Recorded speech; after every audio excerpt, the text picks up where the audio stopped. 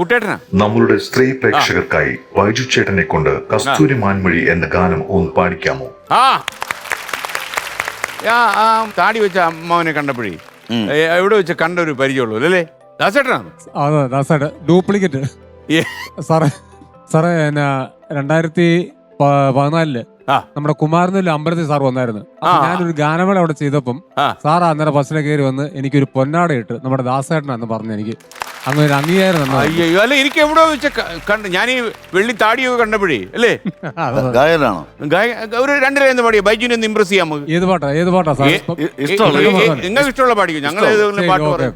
ഉല്ലാസപ്പൂത്തിരികൾ കണ്ണിലണിഞ്ഞവളെ, ഉന്മാദത്തേനലകൾ ചുണ്ടിലണിഞ്ഞവളെ, രാഗം നീയല്ലേ താളം നീയല്ലേ, എന്നാത്മസംഗീത ശില്പം നീയല്ലേ.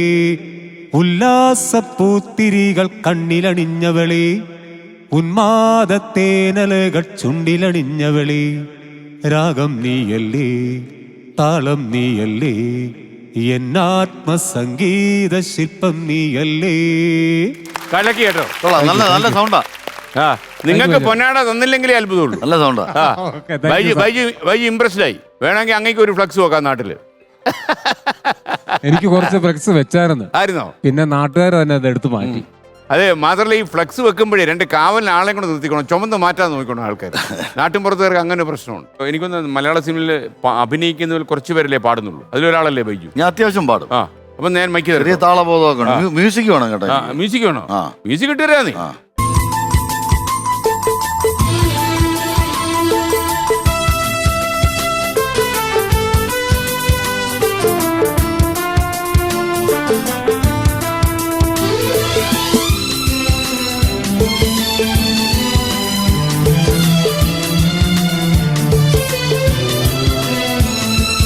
കസ്തൂരിമാൻമിഴി മലർച്ചരമെയ്തു, കൽഹാര പുഷ്പങ്ങൾ പൂമഴ പെയ്തു. കസ്തൂരിമാൻമിഴി മലർച്ചരമെയ്തു, കൽഹാര പുഷ്പങ്ങൾ പൂമഴ പെയ്തു. സ്വപ്നങ്ങളുണരും ഉന്മാദലഹരിയിൽ, സ്വപ്നങ്ങളുണരും ഉന്മാദലഹരി, സ്വർഗീയ സ്വരമാധുരി, ഗന്ധർവ സ്വരമാധുരി.